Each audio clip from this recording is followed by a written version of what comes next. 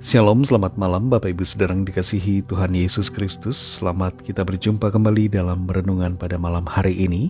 Kita bersyukur karena Tuhan selalu baik dalam kehidupan kita.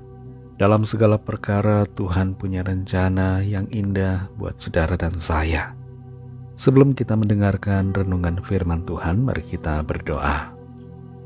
Bapa, dalam nama Tuhan Yesus Kristus, Tuhan dan Allah kami yang hidup dan benar, Allah yang Maha Kuasa, kami bersyukur untuk penyertaan dan pimpinan Tuhan sepanjang hari ini. Tuhan sudah menolong kami dan memampukan kami untuk melewati semuanya. Saat ini kembali kami mau mendengar kebenaran firman-Mu. Jamah hati kami supaya mengerti dan mau mentaati setiap kehendak-Mu. Dalam nama Tuhan Yesus kami berdoa. Haleluya. Amin. Saudara yang dikasihi Tuhan, ayat firman Tuhan saat ini terdapat dalam Kisah Para Rasul pasal 13 ayat 6-8. Tertulis demikian. Mereka mengelilingi seluruh pulau itu sampai ke Pafos. Di situ mereka bertemu dengan seorang Yahudi bernama Bar-Yesus. Ia seorang tukang sihir dan nabi palsu. Ia adalah kawan gubernur pulau itu, Sergius Paulus, yang adalah orang cerdas. Gubernur itu memanggil Barnabas dan Saulus karena ia ingin mendengar firman Allah. Tetapi Elimas, demikianlah namanya dalam bahasa Yunani, tukang sihir itu menghalang-halangi mereka dan berusaha membelokkan gubernur itu dari imannya. Saudara yang dikasihi Tuhan, Charles Swindoll dalam bukunya berjudul Perseverance, Condensed from 3 Steps Forward, 2 Steps Back, menuliskan bahwa Alkitab adalah kitab suci yang benar-benar akurat. Dalam sebuah penjelasan, Charles Swindoll mengibaratkan kitab suci atau Alkitab seperti sebuah peta yang detail dan tepat. Peta itu memberitahukan tentang berbagai tujuan, tapi sekedar melihat peta tidak akan secara otomatis membawa kita ke tujuan. Kita harus berusaha dan membayar biayanya, meluangkan waktu untuk perjalanan, untuk bisa sampai ke tujuan. Dengan kata lain, ketekunan harus ada dalam setiap diri kita, supaya kita sampai ke tujuan yang kita inginkan. Alkitab memberitahukan kepada kita tujuan kekal, dan untuk mencapai tujuan kekal yaitu surga, kita harus tekun dan setia. Harus ada usaha dari kita untuk tetap percaya dan mengasihi Tuhan.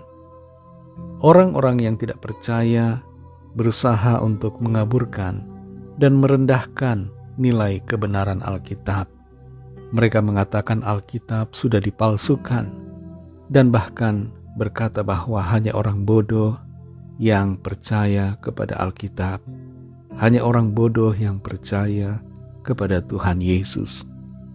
Pernyataan-pernyataan seperti ini berusaha membelokkan iman untuk percaya kepada ketidakbenaran. Pada kenyataannya orang cerdaslah yang percaya kepada Alkitab dan yang percaya kepada Tuhan Yesus. Dalam Kisah Para Rasul 13 ayat 6-8 ini dikatakan tentang pelayanan Paulus dan Barnabas.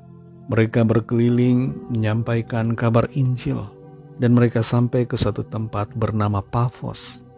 Di situ mereka berjumpa dengan seorang bernama Bar-Yesus atau yang disebut juga Elimas. Dan Elimas ini adalah kawan dari gubernur pulau itu. Gubernur itu bernama Sergius Paulus. Dia adalah orang cerdas. Dan ia memanggil Barnabas dan Saulus karena ingin mendengar firman Allah. Tapi apa yang dilakukan oleh Elimas? Dia berusaha menghalang-halangi Barnabas dan Paulus supaya gubernur itu tidak sampai kepada iman yang benar. Melihat apa yang dilakukan oleh Elimas, Paulus berkata dengan penuh kuasa Roh Kudus bahwa Elimas akan menjadi buta beberapa hari lamanya. Dan Elimas pun menjadi buta sehingga ia harus dituntun orang. Melihat hal itu, Gubernur Sergius Paulus menjadi percaya.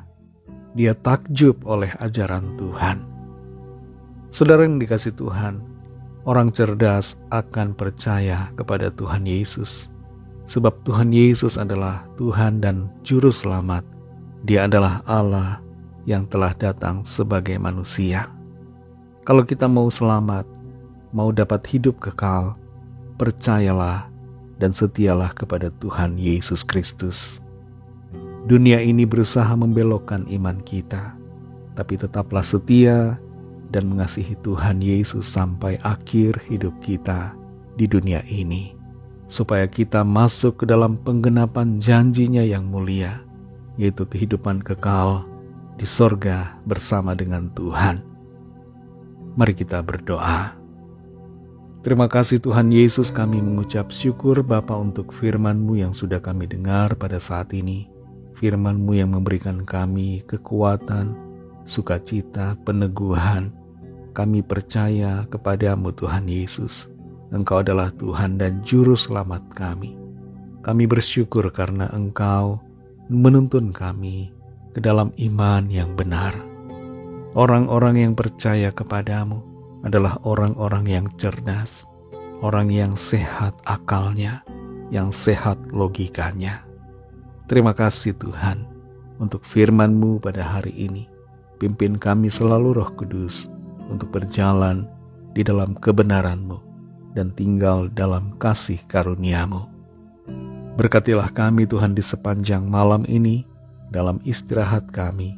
Lindungi kami dan naungi kami dengan kasih dan kuasa-Mu. Kami berdoa bagi yang sakit dan yang sedang dalam persoalan. Lawatlah ya Tuhan. Nyatakan kuasa mujizat, kesembuhan, pemulihan, kelepasan dan terobosan yang ajaib yang daripada-Mu atas setiap kami. Berkatilah bangsa kami Indonesia dan juga semua bangsa di dunia ini. Berikanlah keamanan, kedamaian dan kesejahteraan. Dan lawatlah setiap orang dari segala bangsa, supaya mereka percaya kepadamu dan menerima anugerah keselamatan.